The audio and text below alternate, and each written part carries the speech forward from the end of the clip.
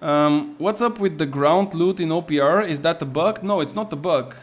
Usually in OPRs you can kill different things like beasts, wolves and stuff like that, or you can gather some resources so you can build doors, respawns and stuff like that.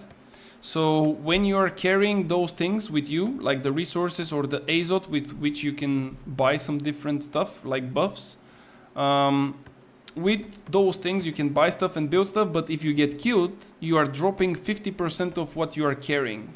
Which means that if you, let's say, go and gather, I don't know, 100 of each resource and let's say 100 azot, if I come and kill you, you're gonna drop 50 of those. So that's why you see those loot bags on the floor. And even if you have one, I mean, let's say you have 2 azot left and I kill you, you're still gonna drop 1, so that's why most of the time, especially in the later stage of the game, there is quite a lot of bags simply because people are, you know, just carrying a bit of something, and then whenever they get killed, they just you know, drop it on the floor. So that's the reason why. Okay.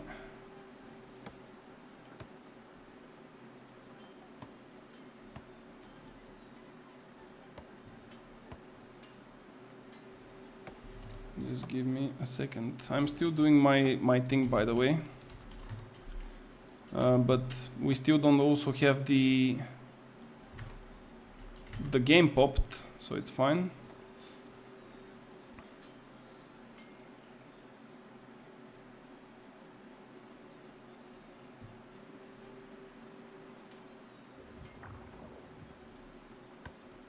Okay.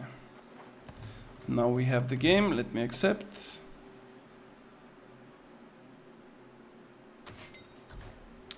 And we are good to go. I think this is already started. I kind of hear the things on the... Yeah, there it is. This is my least favorite OPRs to join. It doesn't matter who is winning. It doesn't matter how the game will end. I just don't like to join games that are already in progress, even if this progress is right at the beginning. It's just not fair. For me, the initial first contact on middle, it's one of the coolest things. And if I don't get to experience it originally, it feels a bit off. So I don't really like it.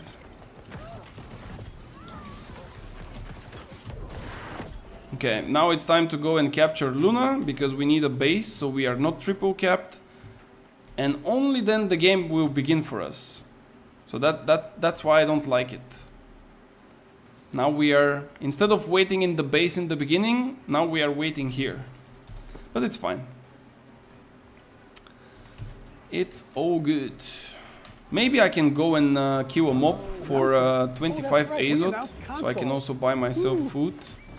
I don't usually buy all the time foods from OPR, but it's actually nice to have like either of the buffs actually. For mage, I feel like even the one that gives you 5% more damage and 5% less damage taken is better than taking Zephyr Cakes. Of course, Zephyr Cakes will give me like consistently applied haste effect, which means that my winged leather shoes will be active 24/7. But at the same time, whenever I use an ability from my fire staff, I also get... Oof! Was that a double? No, it was just a single kill, I think. Whenever I hit someone with a fire staff ability, or just to cast a fire staff ability, I'm getting also a boost of speed because of one of the passives, which is called combat speed.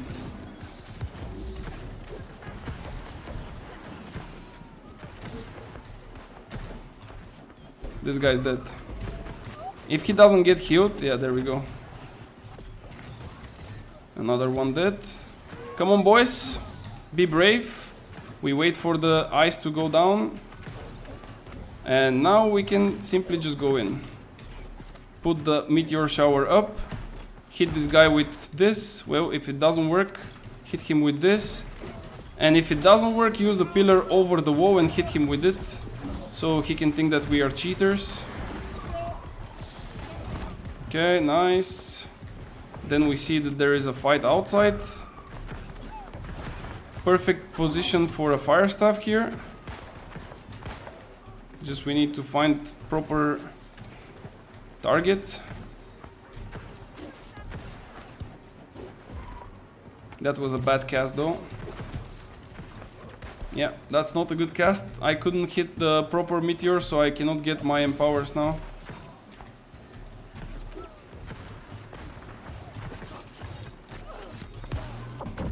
Okay, that's wild. I somehow got 2 melees on me for 0 seconds and I couldn't even see them before that. And we are actually losing this fight.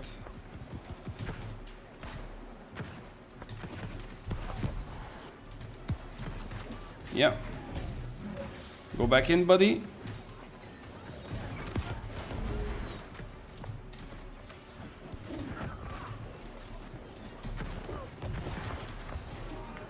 Nice, we killed one. We can burst this guy though. I got him. This guy is out of stamina and that's their healer. There we go, we got him as well.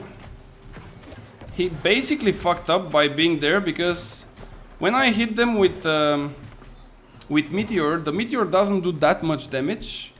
But the strong part of the Meteor nowadays, after the change, is that if you hit them with it and they stay in your... Wait, this guy will probably try to chase me.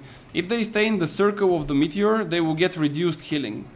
It's not really visible that much, but it basically reduces their healings, and that's like really big buff. Especially for mass fights, in which, of course, the fire staff is kind of thriving. Guys, just turn around on this fucking sword and shield, man.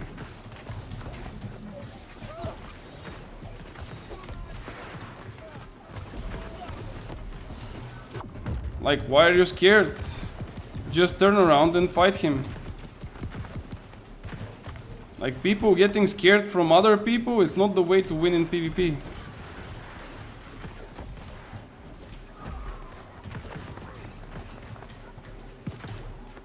No, I cannot fight this guy. He's too far away. I need a rune as soon as possible.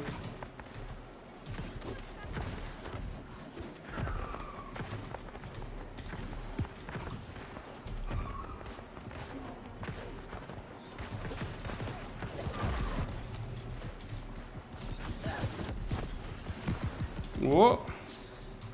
Tricky. Let's come here a little bit.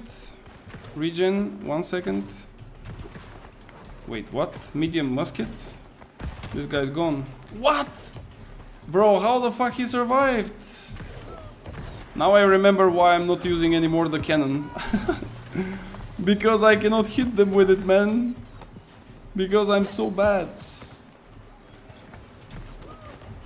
Ooh, bro, this guy lost half of his HP with a single hit. What are you gonna do? What's your next move? Your next move is to be dead.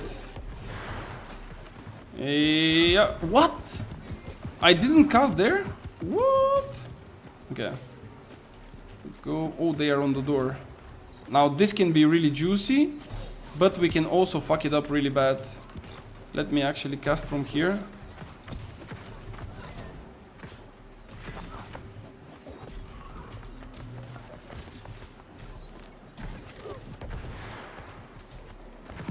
Let's kill this demon guy. No, buddy, no. What are you doing?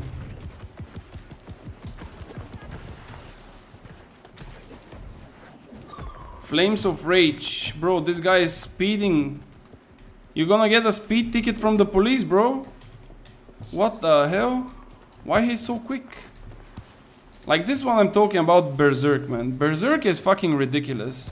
Not only that you get 20% movement speed, but you are also like unstoppable. Like, there is no slows, no like pulls and knockdowns and nothing. Pushbacks, nothing. Like, you are literally just zooming, you know? It's like Usain Bolt on drugs.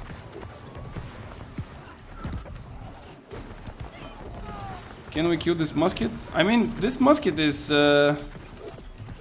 is doing something really strange. Like he's playing super aggressive, and at the same time he's like medium geared. How am I missing this? Yeah, this guy there is alone, no need to chase him.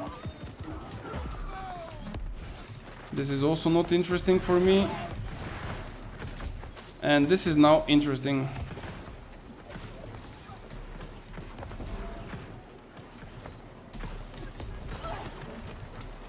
No, the fucking ghost. This ghost is doing insane amounts. I need to hide. Yeah, this is a good spot.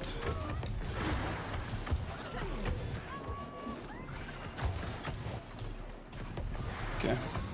Now we go in, or not really? Okay. I think I will go in about a second, like now. When the respawn is down, I'm in. There we go.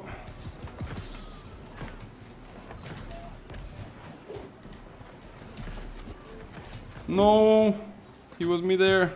The pillar didn't hit him because it was me there. Fuck. Yeah, we didn't hit this guy as well. They are probably going to nerf defensive skill threats on the hatchet again because of too much abuse of everyone on offhand. I think the only thing that has to be nerfed is the berserk. Like if berserk is getting touched, I don't think there is anything else that has to be touched. I think that everything else kind of makes sense and it's more like skill based. But if they don't touch the berserk, it's kind of wild at this point. Like it's really, really wild.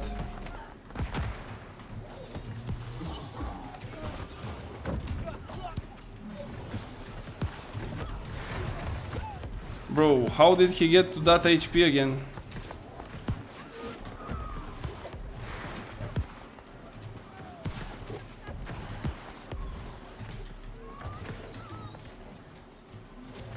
Bro, he's full again! Where is your healer? Holy! Oh, there it is. There is one there. Whoop! Okay, that was wrong. That was so wrong. I cannot even tell you how much I fucked up here. Oh my god. Do you have issues with PvP around ground loot, then suddenly enter inventory? Yeah, this is a bit of a tricky, yeah, indeed. Sometimes it happens, indeed. I think when you walk over one bag, or at least this is what I've noticed. If you walk and there is just one bag, you can choose to pick it up or not, but you would not go into like this screen where you see your inventory and stuff like this.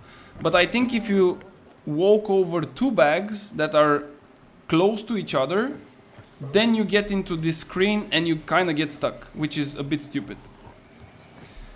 Is the Firestaff LCS MLG player? Is that him? Yes, bro, that's him. I'm coming back to warm up for the next season. Because it's too much copium on the line. I cannot even imagine how much copium we would have to receive, and there we go. We finally have it.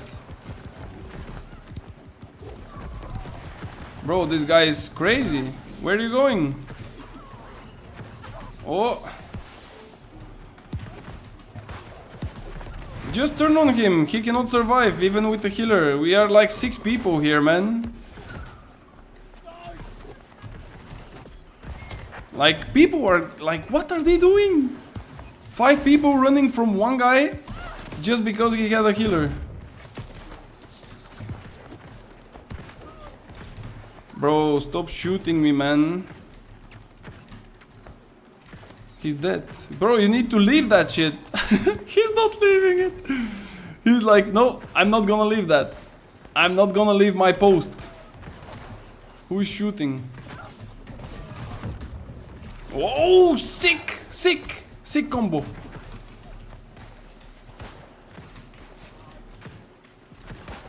Okay, leave this guy. Another one is coming. We need first the empower. There we go. And I think we are ready to go, are we? Yeah, let's go, guys. Let's be brave. Just go up. Cast this there. Spam AoEs. Feel good. Let me give this guy a nice shower if he needs to. I guess he doesn't need to. Okay. This guy's medium. I don't like mediums. No, he stole my kill. Yeah, why people are not dodging? I don't understand. Like, some people are just standing still, and when they receive like a huge burst of damage, they're like, oh, this is broken. Like, it's not broken. You are not dodging. You are not like evading. You are just standing still.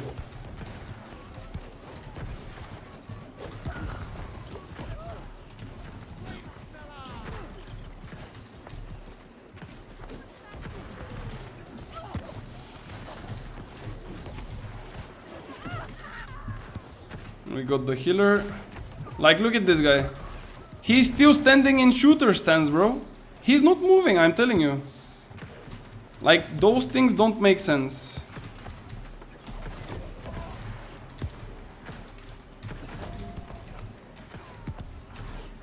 Like, it's one thing to not see that someone is like coming behind you, but once you get hit, you definitely have to do something about it. You just cannot stay like that. Oh, this guy got unlucky.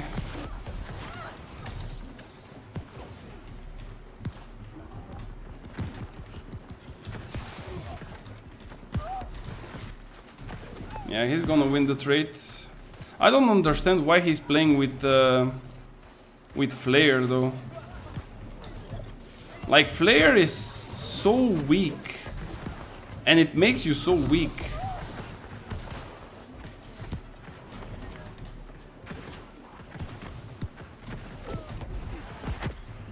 Bye. He's basically like super tanky, and just to guarantee that he will hit the person with a heavy attack, he's playing Flare. Because there is no other logic that you play Flare. Like, the only reason that you would play it is if you definitely want to hit with your heavy attacks. But if you trust in your aim, there is like no reason to play it.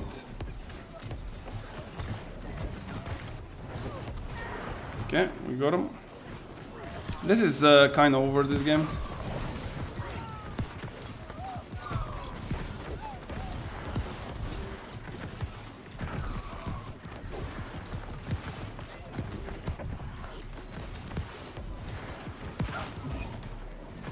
Okay.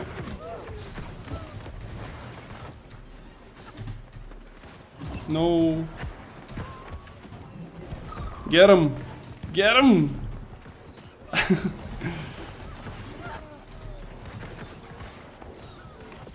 Oh, I got this guy with the bleed. I mean, with the fire.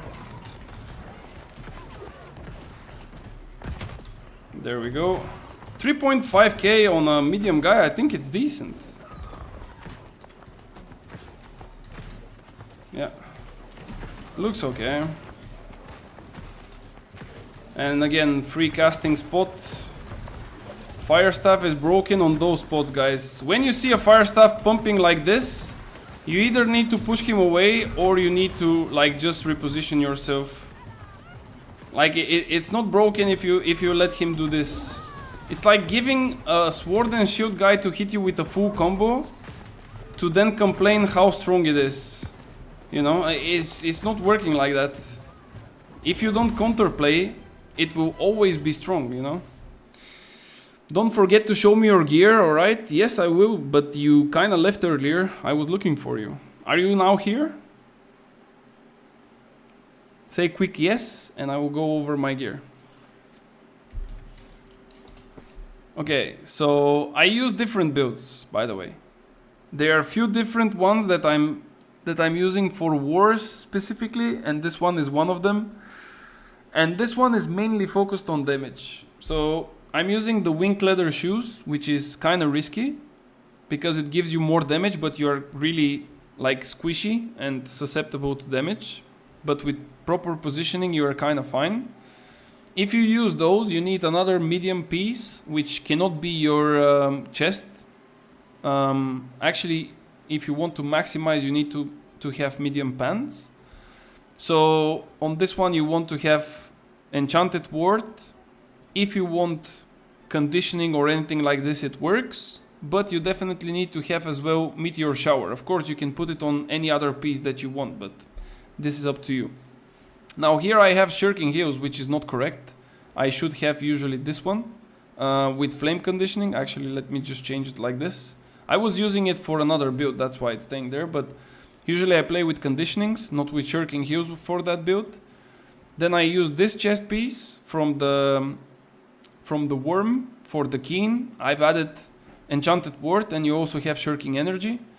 And then here, ideally you want to have, again, not shirking heels, but unending toe instead of the shirking heels. Then for fire staff, I believe that this is the best fire staff in my opinion. For everything, literally for everything, I believe that this is the best. And then for ice gauntlet, you go with deep freeze, healing tomb. If you don't want the healing tomb here, you can use unending toe here, and it's fine.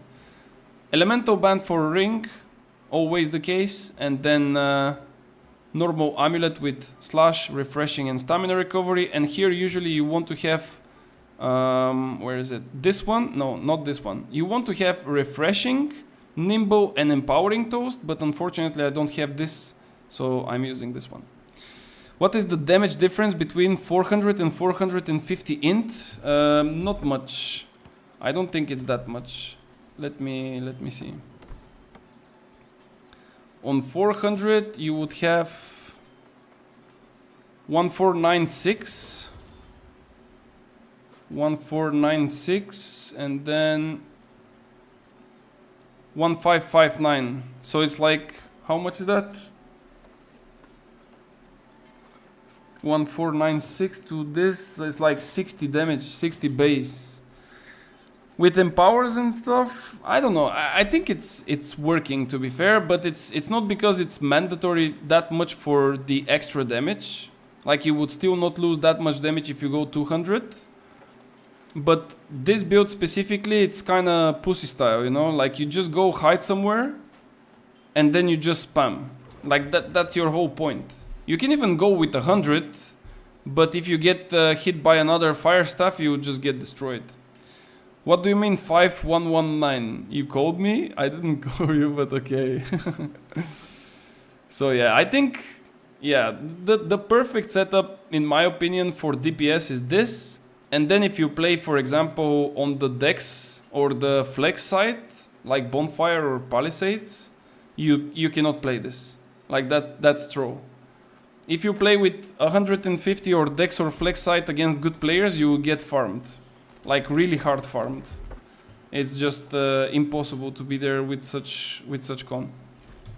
There you either have to go with 200 if you want to still do some damage, or you can even go 300, but then you are not doing that much damage. You are more focused into trying to put some pressure on the enemy mage or healer, and trying to help with ice to your healer, which is not always happening that easily, but still.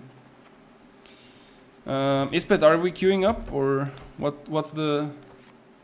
I think we can do one more, like quick, and then I will have to switch to Nissa, because I think I will have to go with the guys for the Gorgon, like I told you. If they get me, of course. I hope that they will get me. Just a second.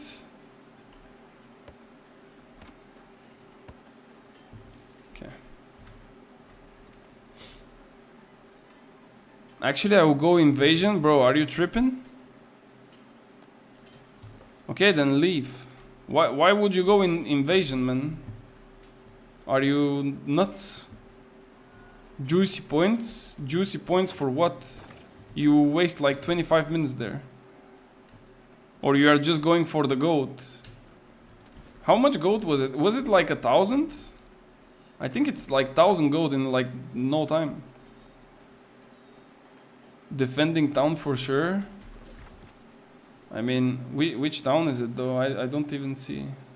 Edinburgh. Oh yeah, the good one. Is it maxed out?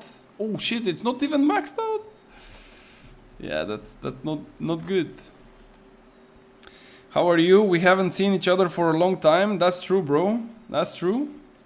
I'm good. Thanks for asking. Life is going really well. Announcement. That's right. We A lot of things are happening. Woo. I'm trying to keep you informed, guys, but as you can see, for those of you who are part of the Discord, I kind of went a bit silent for some time, but yeah, it's just life. What can I say? So yeah, but the things are really good so far. I cannot really say anything else. I hope that it will continue like this.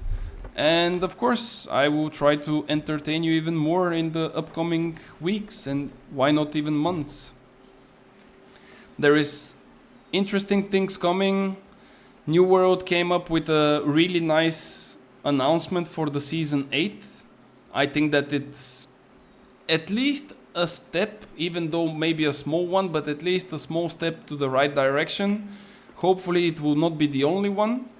And also there is other games like Dune Awakening, which I will give a try most likely. But there is still some time because it got delayed. It was planned for 15th of May with early access and then 20th of May of full release, but they postponed that to the 10th of June. So at least we will have some time with the start of season 8 and then we can jump in Dune Awakening. Life is going good, but New World doing, I guess, New World didn't, I guess. Yeah, so far, I mean, at the current state of New World, it's not that great simply because the meta and everything in the game is literally the same for 100 days. If you remember, guys, this season started with 120 days instead of the normal 90. So 100 days is more than 3 months in which we are playing technically the same thing. There is no content, there is no new meta, there is no shake-up of meta and stuff like this. So of course people are getting bored. Wars are dropping out, servers are dropping out, we are left with 2 servers technically. You get stuck like this, you kinda get pissed at the game, you try to unstuck, let's see if Step Bro can help us and so on. 8 out of 10 season announcement. I'm just a bit disappointed that not getting mock wars yet. I think that, yeah, it could have been even better, right?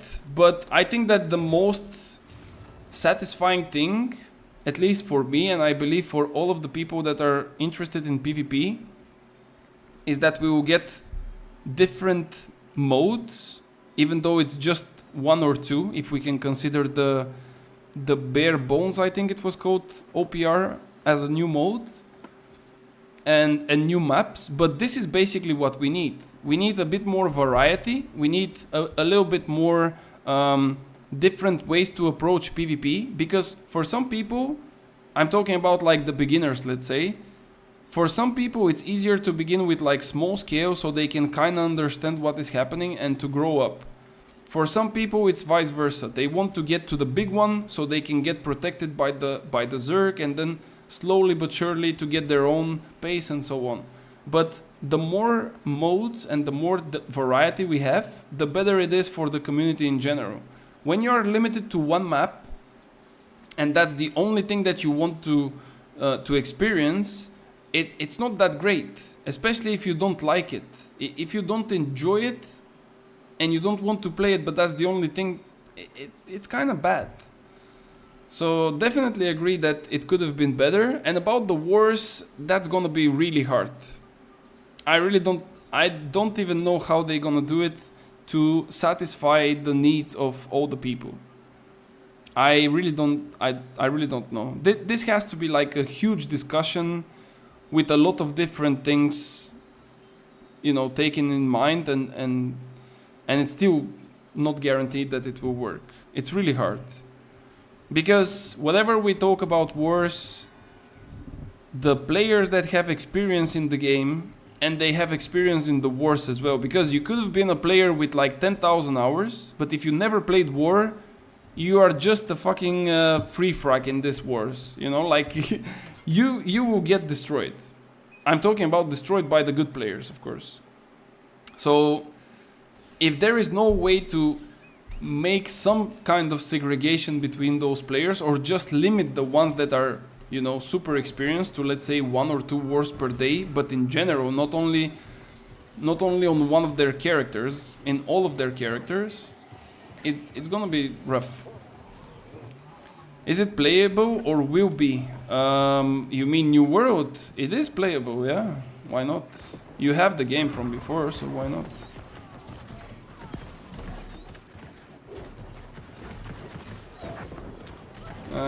I don't really see an angle where I can enter here.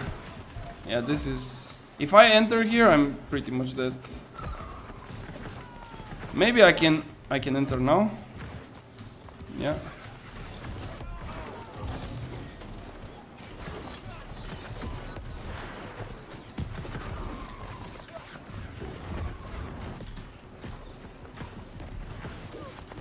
Blueberry.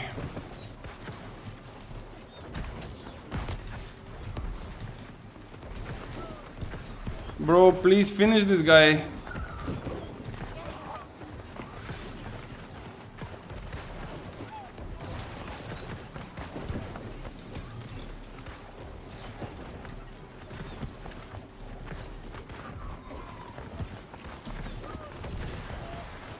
Okay, nice. We won the fight now. They don't have bruisers left. Like their front line is fucked up here, so there is nothing that can happen. This one is won. I mean, won the first initial fight. Like, are we gonna win the game? I still don't know, but it was a nice patient fight, you know.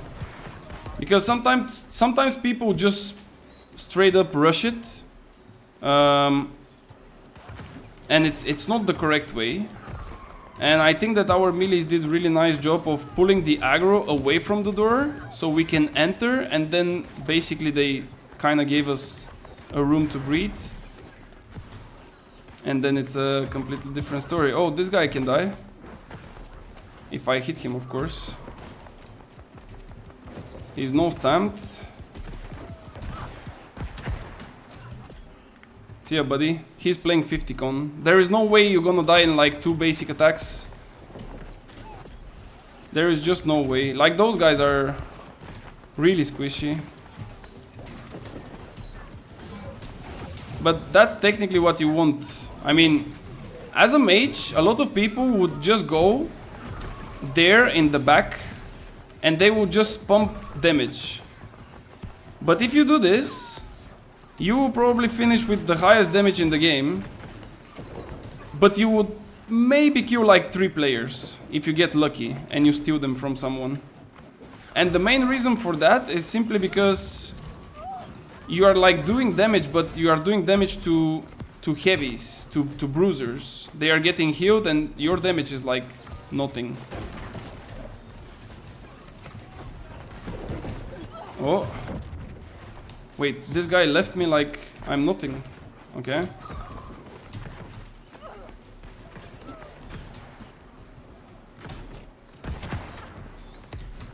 No. No. Oh. Oh, fuck. I died. I missed way too many hits. Fuck. And it took me too long to kill him, and that's why I died from his teammates. Goddamn. Okay. For some reason we also lost Luna, by the way. Or it's at the edge of being losing it. Wait, maybe I can go and help? No, they actually stabilize, okay. Okay, let's kill maybe 1 wolf. Oh wait, there is still people shooting. Who are you shooting, guys? There are 2 enemies. Okay, okay, okay. I'm gonna help you. Oh, there are actually 4 in total. Holy.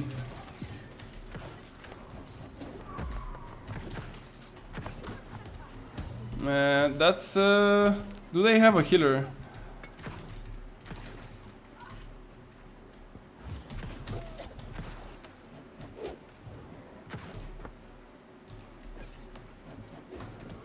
Yeah, I'm gonna get fucked here.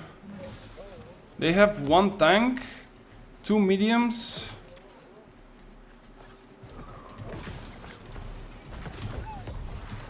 Chill, bro, chill. Did you see this? If you tell me how this skewer hit me, I would be really appreciating it.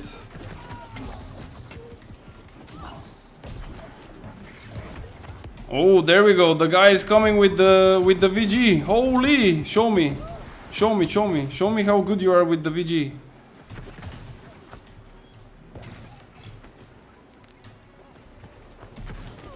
See ya, buddy. You need a better VG. It seems that it's fair OPR, not so common. Yeah, I mean, for now it's kinda equal. We won a really nice fight in the start.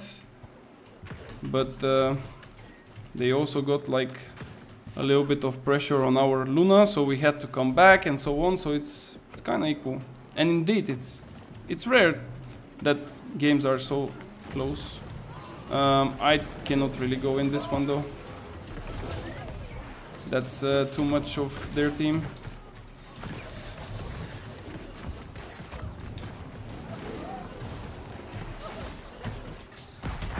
No. Okay, I got the musket. This is what I wanted. Because now when I have the musket, I can simply just walk in, go up, put ice. This guy is dead. Put ice there. Put meteor there, and now they are eating all my damage.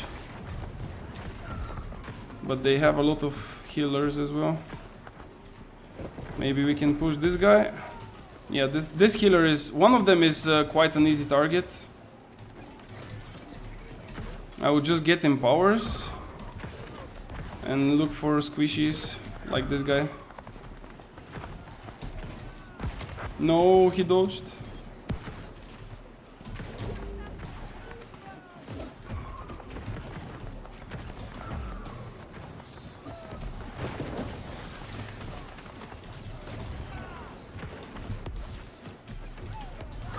I cannot fight a healer like this.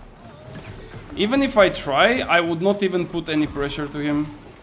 I need to find him on like half HP or something in order to put pressure. And if he sees me, it's even worse.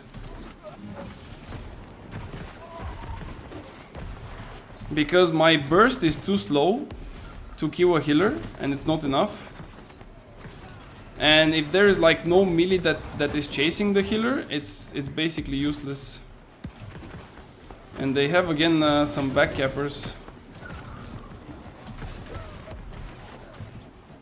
Yeah, maybe here we can kill him, but my teammates are basically ignoring him. Yeah, half HP healer and people are ignoring him.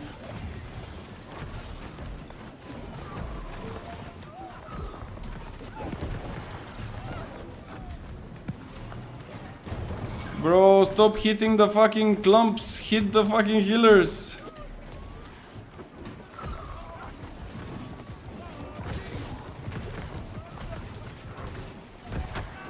No. Yeah, I just cannot. I literally need like one mage with me.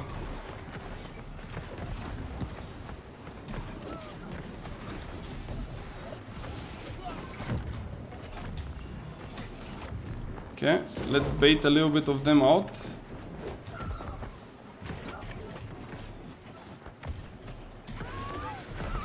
Okay, one bruiser is coming, nice. That's a good bait. Okay. See ya, bro.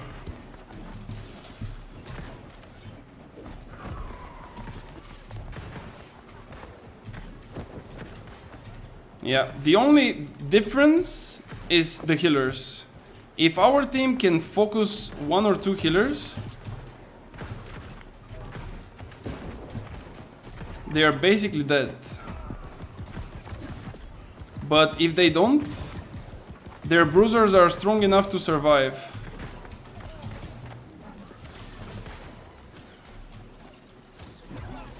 Oh my god, I cannot hit him. Like, look at this. Yo, musket buddy, do you see that there is a healer on top? I guess that he doesn't.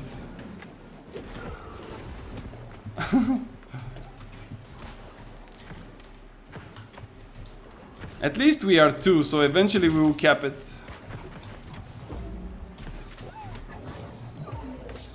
Oh my god, the tracking. Okay. Did we... Oh, what? I somehow got pushed. See ya, bro. Unlucky.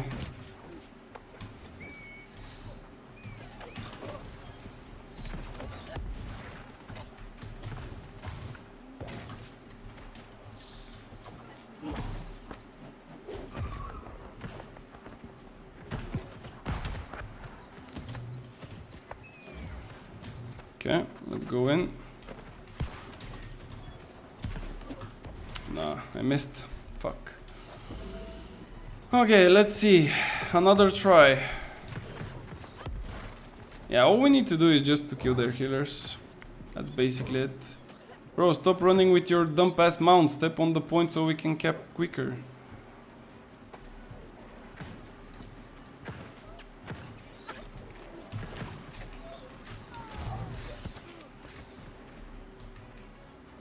There is Baron as well. Wait, the Baron is still alive?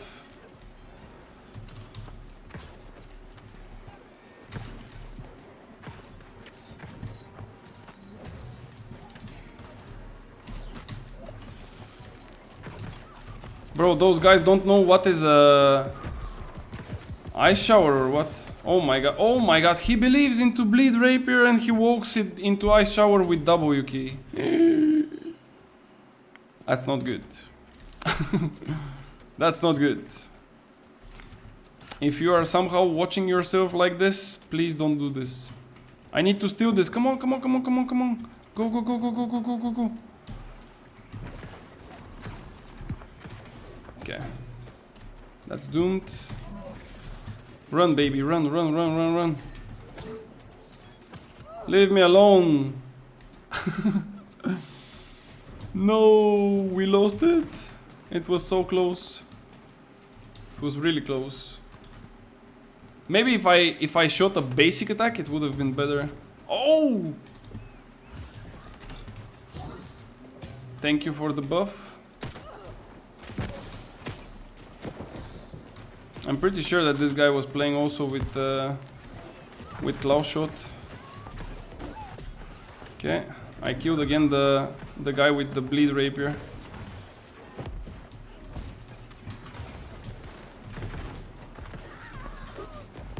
Wait, how did you die? It's a bit laggy, by the way. Why do I have 39 FPS? Guys, do you have some lag on the stream? Right. We announced console. Is it starting again to lag or something?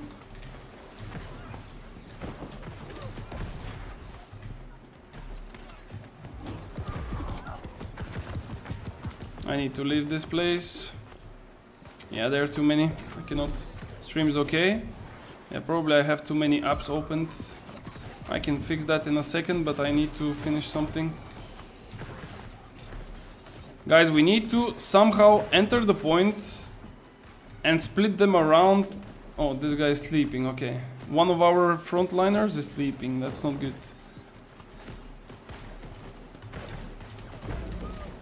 Ooh, juicy!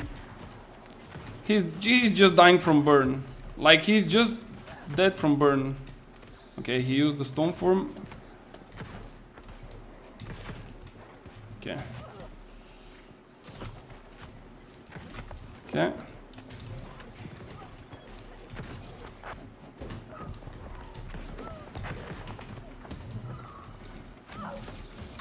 Bro, how this jump is hitting me, man? Like, come on. Does he have cooldowns? Sick.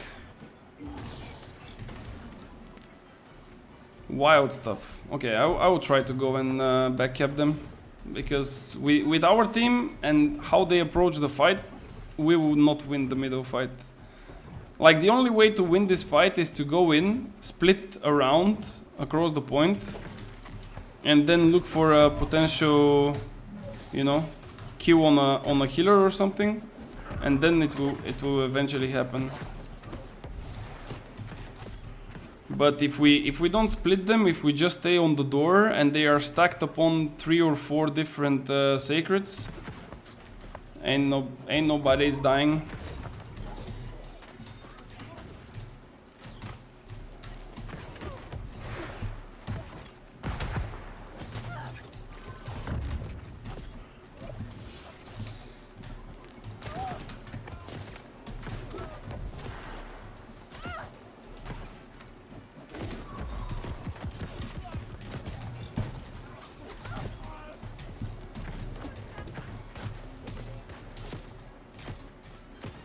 No.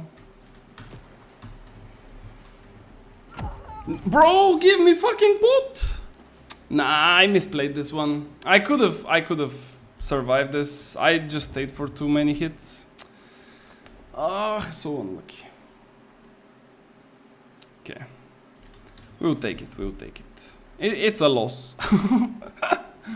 I mean, 14 kills with how much is it? 1.5 million damage. I'm basically probably with the most kills and the no, I'm not with the most kills. This guy has the most, 15. But yeah, it's just unfortunate, goddammit. It's just unfortunate. Where to go? I would try to help my guys here. I mean, wherever I go, we don't even enter the point. Like, this guy's on top of the point, but instead of like stepping on it, he's just like standing up. Wait, what? How am I in stun? What stunned me there? Did he hit me with the shockwave? There is no way.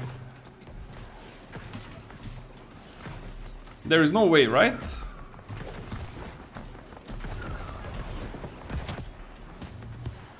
Can we kill this guy? Catch him!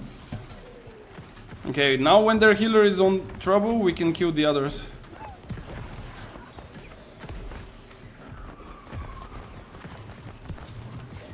If my aim was not that bad. Guys, if you are missing your targets, you can always say, oh my god, he dodged so well. Oh my god, he's dodging like a king. But there we go. Did I finish with the most now? 17, 16. Yes, I beat this guy at the very end. Nice. Anyone else? No. Okay. GG's. Nice try. We gave it a try. We gave it a try.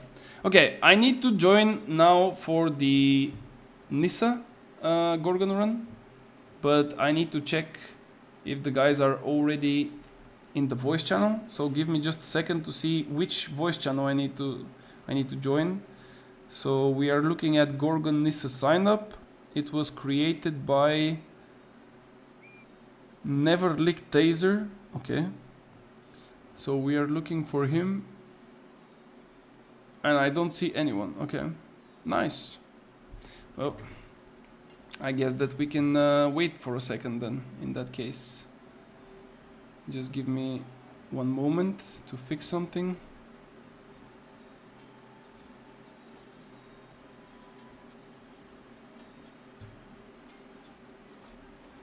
Okay.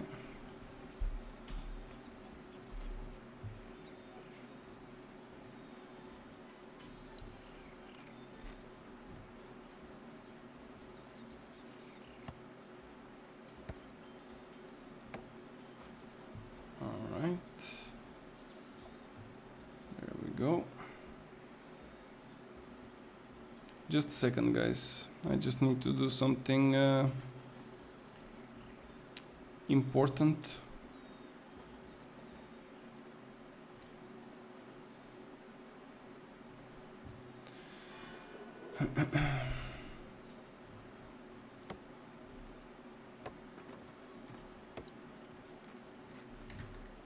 All right, good.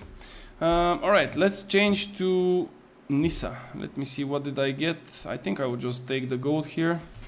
I already have quite a lot of gypsum orbs. Usually the price of a gypsum orb is between 200 and 300 gold. Of course, sometimes you can even sell it for more, but it depends on the situation of the market and depends on the demand. But this is mostly when the servers are kind of new. if the server is already in a state where everyone is having their stuff and they are, you know, with trade skills and artifacts and stuff like that, it's really hard to sell gypsum ore above 300. So just so you know, next time you get the same rewards, what to pick and what to prioritize. Then we go for this. And I think we are good.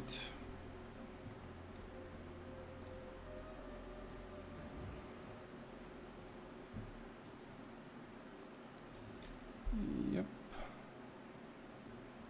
Okay. All right, we can close that now. All right, good. Now I'm fully back here. I'm done with the things that I had to do, so it's all good. I will need to play, I believe, Rapier in this Gorgon run, as far as I remember what I've signed up for. I'm just checking again, but yeah, I am a Rapier. And like I said, hopefully I get picked. This means that we will play also with the musket. But do we have a better musket?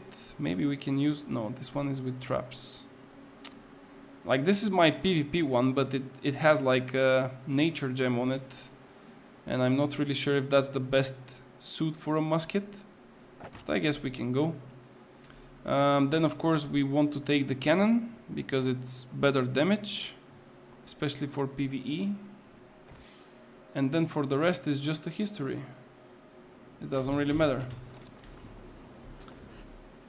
Okay, and meanwhile, as we wait, we can definitely do 3 daily quests, which will also not take that much time.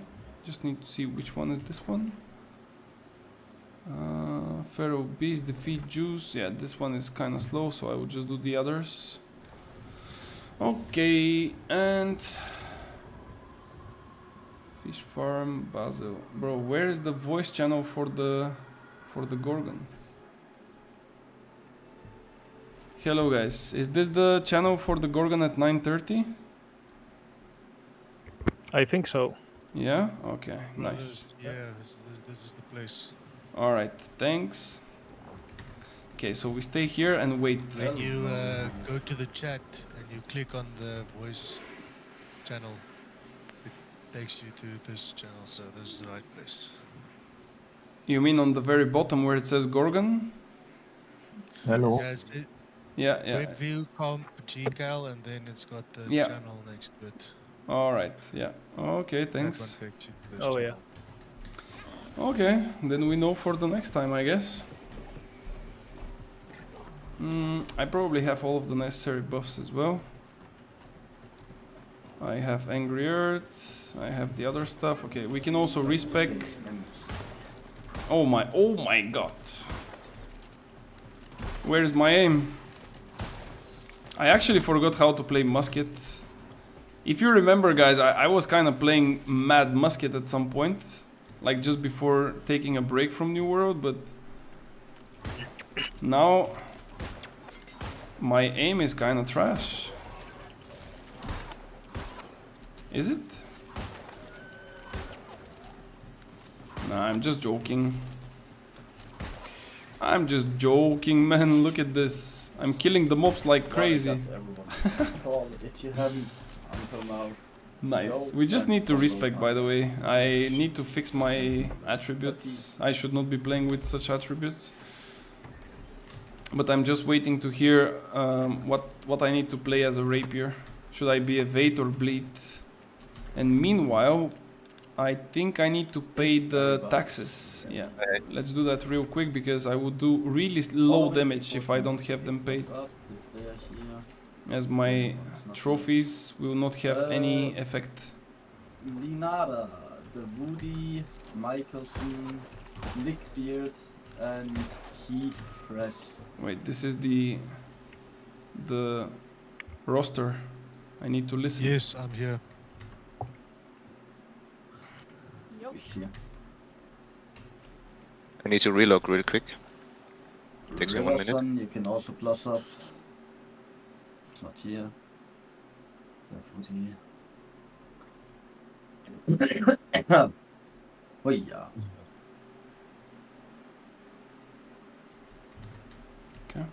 Waiting.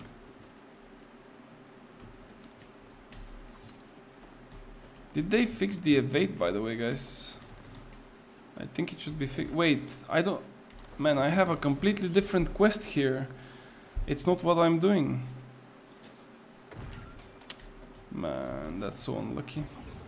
Okay, let me teleport back there. Yes. Why the fuck do I make it even hard for me? Just use the fucking tools.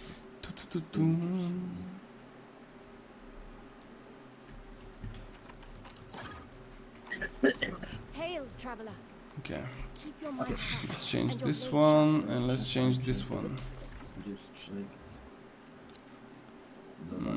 Unlucky ones, bad quests, not on good positions.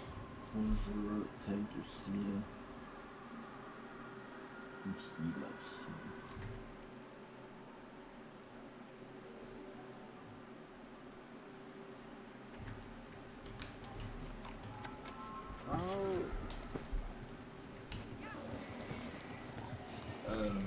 Who is freestyle? That's me. Ah, okay. Michael, yes, meet him. Come on,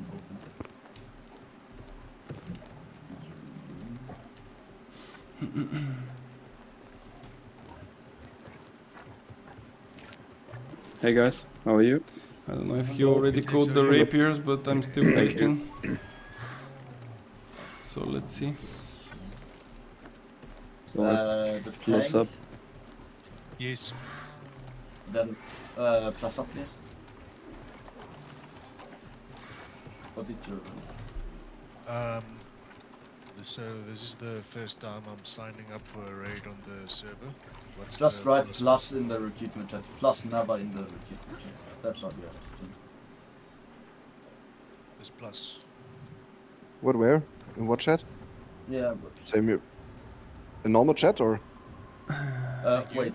Let me first look if the groups match. Okay. Because it's first time on the server too for me. No worries. Too many first timers. Yeah, I mean on the server. Does not mean that it's the first time for welcome. We have a beat with, right? With Woody inside, Riverson, Michelson, the feed. Okay, wait. Metallics is here. Metallics you can plus up. And Mo Snow, yeah, you are the last guy who can join. Same name. Okay. Here, yes. For the other people who could not join now, I'm sorry. Wait a minute. No. No. There is no Someone space. now. What do you mean? I signed up as 8. I thought that I would make it as a 8 sign up. Well, now I'm confused. Give me a second. How come? Maybe they are just taking different rows. Wait, let me see. They have 1 tank. Are they going with 2 healers? 1 Fleo. 3, 6. Yeah, I don't know. It's a strange one. So raid helper set them in two? Don't know. It's a little bit different with Red Helper. Okay. Most knows inside. I'm inside. She's inside. Michael. So you are 10 already? Wait. Heat is freestyle.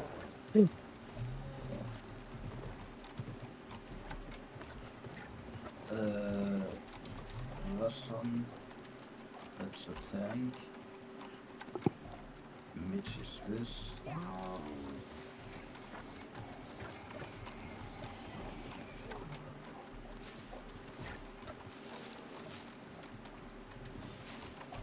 Did I add a bleed?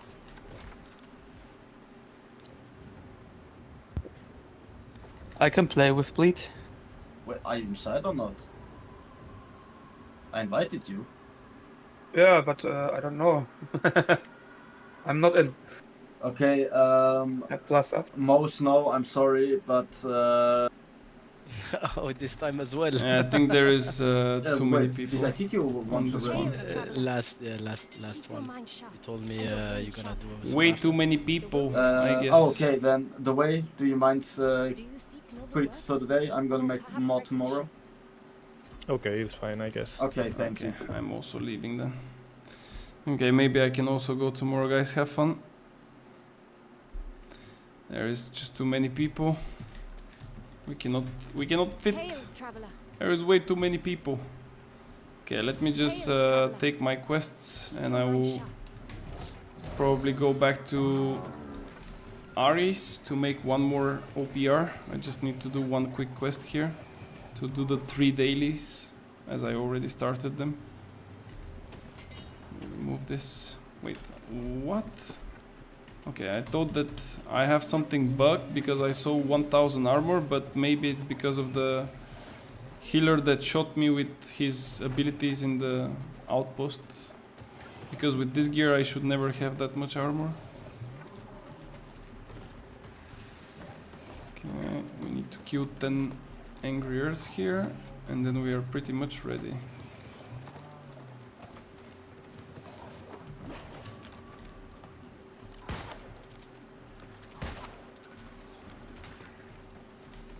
Okay, 1, 2.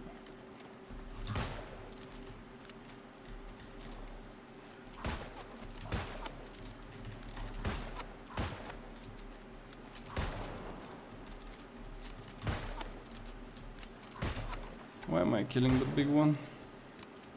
That has the most HP. How many? Wait, what? Am I again? Bro, how come I'm doing always the wrong quests? I'm again in the wrong spot. This is ridiculous. I'm literally on the wrong spot again.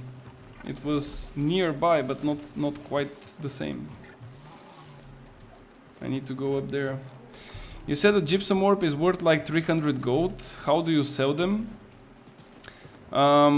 You don't sell the orbs directly because they are bind on pickup, but if you have professions, for example armoring, weaponsmithing, arcana and so on, you can create different resources that are used for weapon matrix, armor matrix, honing acids, like the small ones, you know, and then you technically sell those items. So if I, let's say, have a lot of resources and I want to make money with armor matrix, but I'm already done with my gypsum orbs and I don't have any more gypsum orbs, I cannot transfer my resources into armor matrix, for example. But if you decide to sell me your orbs, I can give you my materials, you will craft for me using your orbs, and then you give me the final product. So this is how you do it. This is how you sell gypsum orbs.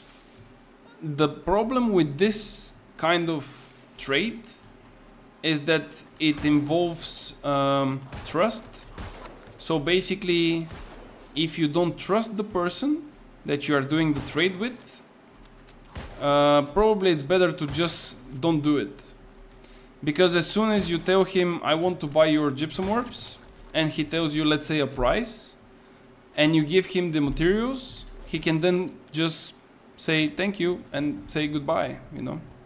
So it's a bit of a trust trade. So yeah, but this is how it's done usually, and it sometimes it's hard to get to 300 right now because, like I said, the servers are already evolved, you know, like people already have their trade skills level up, you know, people already upgraded their gear. Not many people need armor matrix, not many people are trying to sell hundreds of them because technically the people that are playing constantly and consistently, they already have like quite a lot of them. So even if you go now and create, like let's say 100 armor matrix, for which I think you need 500 gypsum or something like this, or maybe 1,000, I'm not sure. You cannot even sell that, you know, like there is nobody that's gonna buy 100 matrix in such a short period of time. So that's why the price might be a bit lower. But if the server just starts and there is a lot of people that are searching for matrix in general, then the price can go like 300, 400. The most I've sold an gypsum, not an armor matrix, but the gypsum was 400. That was the highest. I've tried once to sell on 500. It didn't work. I mean, people didn't agree. But on 400 was the highest that I've sold, and it's a pretty nice income. Unless, of course, you want to do it yourself, and then of course to gain the maximum by selling the matrix. But the question is, can you sell the matrix? So that's also a question. So yeah. But anyway, we skipped the Gorgon, guys. Unlucky. We couldn't make it. I mean, there was just no space. For some reason I did do only 2 quests, so I will go back there. I will do my 3rd one with my Ares character, so we can get the maximum. For those of you who are new to the game, I don't know if you watched my videos in YouTube, probably you watched some other videos for sure, and so on, but the best way to make really quick gold, and I'm not talking about becoming a millionaire or anything, but just to get like a stable income of gold, is to do your daily faction missions. Believe it or not, 3 of those faction missions will give you 10 times the rewards, which if you do on the highest level areas like Reekwater, Shattered Mountains, Elysium Wilds and so on, they will give you around 750 gold for all 3. When you combine that with the 2 field bosses in Elysium Wilds, like those, or 2 major corrupted portals that are indicated like this, you would also get 2 bags of coins, like this ones, which contain 250 gold each, for another 500. So you are looking already at 1250. And then, if you want to even go for more, you can do the 3 daily dungeons, which can be manipulated so you can enter only the Amrine dungeon. I don't know if they fixed that, but before it was working quite well, and I don't think it's fixed. So that's another 3000 gold per day. There is even more ways, but this is in general quite quick. Like this is, if you get lucky with the timings and everything, it shouldn't take you more than an hour and a half. And this is an income that it's fixed. Like nobody is dependent on it. You don't need to depend and to rely on other people to buy your things, let's say, because market of course is the best way, but there you depend on other people buying your stuff, and if they don't buy your stuff, you don't make money. Tell me more ways. Those are the quick ones. I mean, you can also make from dungeons, like from mutated dungeons, but there it takes more time, it's a bit slower, you don't know if you're gonna find the group that quick and so on. That's why I'm not like including it, but you can also get gold from there. I think that in general they made the game in a way that you can kind of get yourself to, let's say, 2,000 to 3,000 without doing much in the game per day. And then of course if you want to extend that, you can get to even higher numbers, but it depends. It depends what are you doing, how are you doing it, and is this thing that you are doing profitable. What I mean by this is, let's say you go and farm ore and you are chopping ores all day long. The main question is the ore getting buyed? So if you go to the market and you see star metal ore selling for 1 gold, and then you think, maybe I can farm 10,000 and that's gonna be 10,000 gold.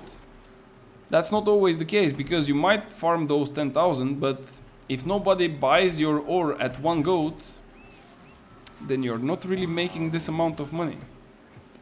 So the best way to do, like to predict your income of farming something, is to look at the price on the market, but also to look at the price in the buy orders. And then if you see a really huge discrepancy, like let's say that the price of star metal is 1 gold, like I said, but the buy order is 20 cents, you cannot really expect that somebody will buy it on 1 gold. You should probably expect it to be around 50 to 60 cents, something like that. So if you go to farm any type of raw material, always have that in mind and try to estimate. The way that I'm estimating my farms, even though I don't really do them anymore for quite some time, but before, if I go to farm something and I can get only around 3 to 4k per hour, this is not worth it. Everything that's above 5k per hour, it's okay. But everything below, it's kind of a, you know, mixed feelings. And I would not really prioritize. I would prioritize to not do anything or just have some fun with PvP or something. But if I make like 2k per hour, there is no point. You are wasting your time. So yeah, but now it's maybe different because, like I said, it's been a while since I farmed some materials and stuff. All right, let's see. Can we finish this with a win? I have some buffs still for like around 10 minutes. So I will try to still... Oh, those guys ate so much. Okay, their tank is entering. I will try to put ice just behind him. So if his teammates try to follow, they will be rooted. I think that they might flank us, but there is nobody yet. Like, do you see how they are not coming in? If those guys were already in, they could have already pushed us away. But just because they are getting scared, you know, everyone is getting scared on their own for being killed. They are not entering, and this is how you lose. Like, if you all enter at once, it will be all good, believe me. Of course, you just need to split inside, but if you stay outside, eventually you would still lose. There is no shot that you're gonna stay outside and you're gonna win. It's just... the game is not working like that.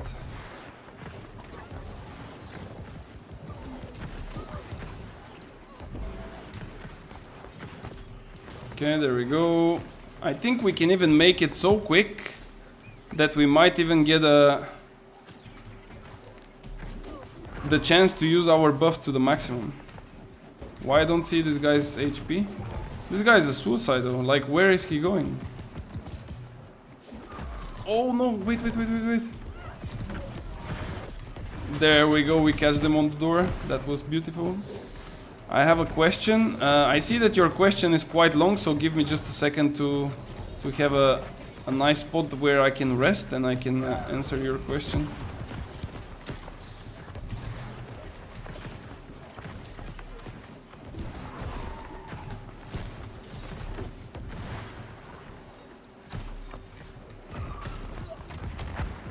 Okay.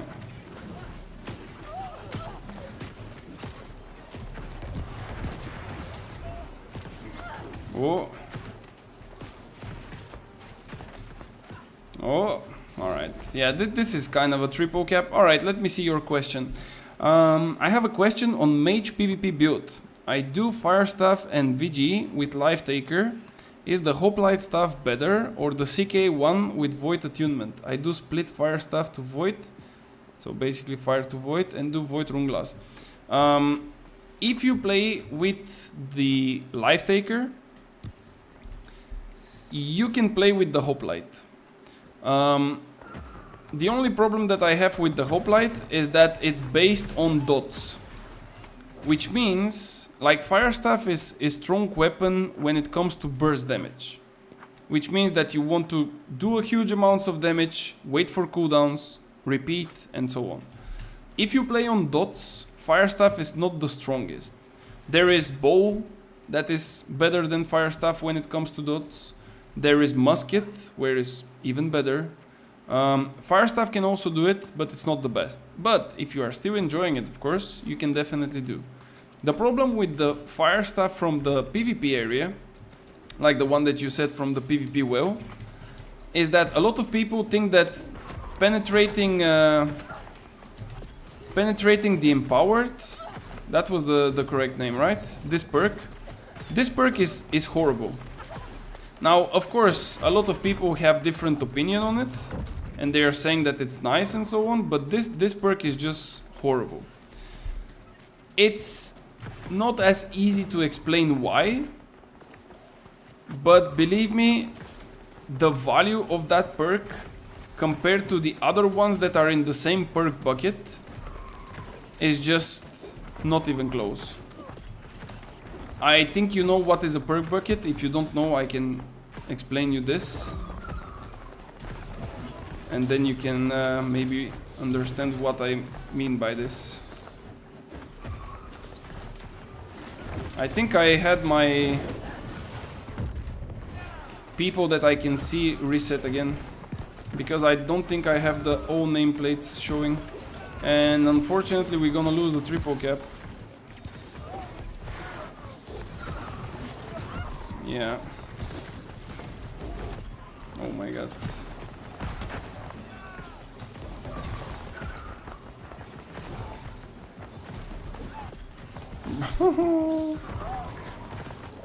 Bro, they are getting destroyed. Holy. Okay, let me see. Do I have this still bugged? Yeah, it fall down to 15 for some reason. I think it's just changing to the other character on Nissa that made it happen like this. I'm super low. I need to step on sacred. There we go. I still have my entomb, but I will use it. Wait, this is not our sacred. How come? Guys, where is the sacred? Did you put all the sacreds on the door? I guess.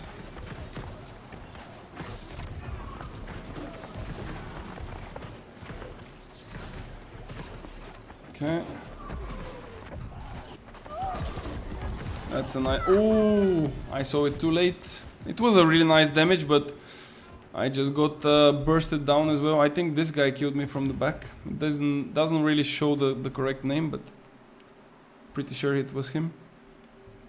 So I think that we are winning this game. Yeah. And if you want, I can quickly explain to you why... Again, why I think that it's the case. But if someone believes and someone made his own tests and stuff, and he believes that penetrating the empower is a really good perk, feel free to use it. So I will try to be quick.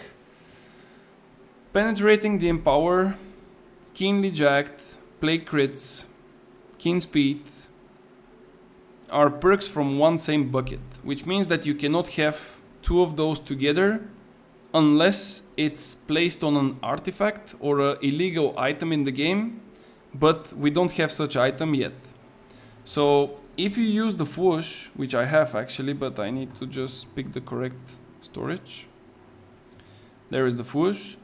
So if we look at the Fwoosh, and more specifically the penetrating the empower, it states that critical hits against empowered players will have 10% armor penetration and reduce the durations of empower on them by 7%. Now, the second part, where you reduce their empowers, it's completely useless. This is whatever. Like, this doesn't matter at all. But the first part, if it was 70%, it would have been different. But 7% is literally nothing. But then we look at the first part. So, the first thing that it's not okay is that this works only on critical hits. Only on critical hits. So this means that you need to crit in order to benefit from this. So if we crit, we will reduce the enemy's armor by 10%. But now here is the bigger no and the bigger red line why this perk is trash, because if you look at my physical and elemental protection down on the left, it says that I have 960 physical and 920 elemental. Now, if you hit me with a critical hit, those will be dropped down by 96 and 92 respectively. Which means that I will end up with like 800 something. Let's say 800, right?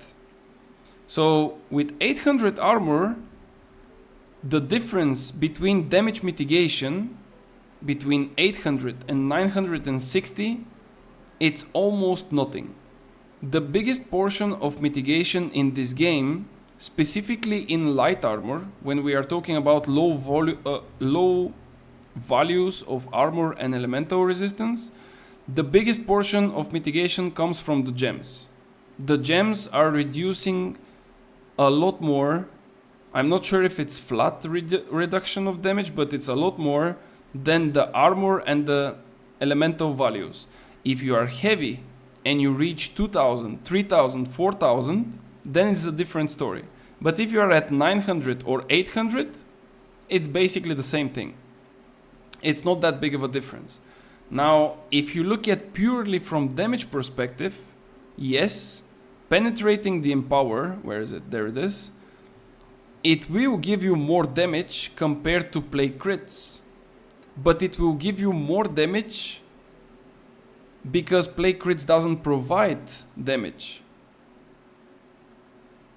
And this damage will be meaningful. It's useless. Like it's probably 50, 60, 100 damage. This is nothing. If you use play crits, however, whenever you critically hit, you will apply disease. And this will put much more pressure to the target because in the next 6 seconds, he will have a harder time to heal himself. Either by potions, either by a healer, either by whatever. And if it's a healer, it's even better because it not only applies the target with incoming healing effects of 27%, but also the outgoing healing by 14, which means that if it's a healer, he also heals his friends for 14% less. If you play with the rapier, like the finisher for example, you can also put keenly jagged. And keenly jagged in the long run will have more damage than the penetrating the Empower as well. But again, this is just how I see the things. And in my opinion, penetrating the Empower is a good idea of a perk, but it's really far away from being good and comparable to Keen Speed, Keenly Jagged, or Play Crits. I'm a fan of Play Crits because of the pressure, like I told you. For some builds, especially solo builds, for 1v1s and stuff, Keenly Jagged is also really nice. But yeah, it's up to everyone to decide. I don't really play dots. I use the VG in OPR to empower and in arena to debuff. So I craft the fire staff. Crafted fire staff would be better with attunement. I personally believe that this is the best fire staff that you can use for all kinds of purposes. This is technically what I'm playing from 2 seasons now. And I don't believe that there is any other fire staff that you can do that can be better if we are talking about the typical combo of a fire staff player. If we speak about something, let's say, cheesy, and you want to run, I don't know, like Incinerate, and you want to be like a melee with Incinerate or something like this, then it's a different story. If you want to play, let's say, Abyss, and you want to run fire staff with your Abyss, but you kind of main the Abyss and the fire staff is just a secondary, then you want to put Fireball because you want to use your abilities to drop your mana and then to go close with the Abyss, but then you are not a fire staff player, you are an Abyss player. So that's why. That's the one I want to craft, but with Void Attunement. The attunement doesn't matter that much. Of course, if you're gonna use full Void rune glasses and gems and whatever, like, then of course go with attunement of Void. But as long as your attunement is not fire, everything else is almost the same, because it's not that big of a difference between the attunements. Here again, it's about reading the description correctly. If you look at it, says attacks will deal 14% weapon damage as nature or void or whatever, right? The 4 different types. And then it says that it has a cooldown. So 14% weapon damage. How much is my weapon damage? You open K, you go to attributes, and then you look. This is your base damage. This is your weapon damage. Whenever you are reading something that says weapon damage, you need to check here. So your weapon damage is 1.5. Let's just say 1.5 because it's easier to calculate. So 14% of 1.5 is 210. Correct? So if I look at the attunement, this basically says attacks will deal 210 damage as nature. This will be 210% nature damage. Now, why it's not good to go with fire? Simply because a lot of people are stacking fire protection or they use fire resisting potions. So if they use fire resisting potions and those potions reduce the damage taken by fire by 15%, instead of doing 210, you will do, I don't know, I cannot calculate now, but let's say around 180, something like this. But if they don't use, let's say nature or void or ice, you would do the clean 210. Now, of course, the difference here again between 180 and 210 is not that much. So that's why I'm saying it's not that big of a difference, but it's basically, you know, a little bit that you can gain. And of course, if you can choose which one you want, then definitely go for the one that you will put more effort into. Can you hover over your gear if you have the time? Yeah, you can check my gear. I mean, if you want to see all the different builds, the best way to do it is just to type the Discord ! builds. So the bot will send you the invite to the Discord channel. There I have all of the builds properly set up, because here it's just a, how to say, it's not fixed.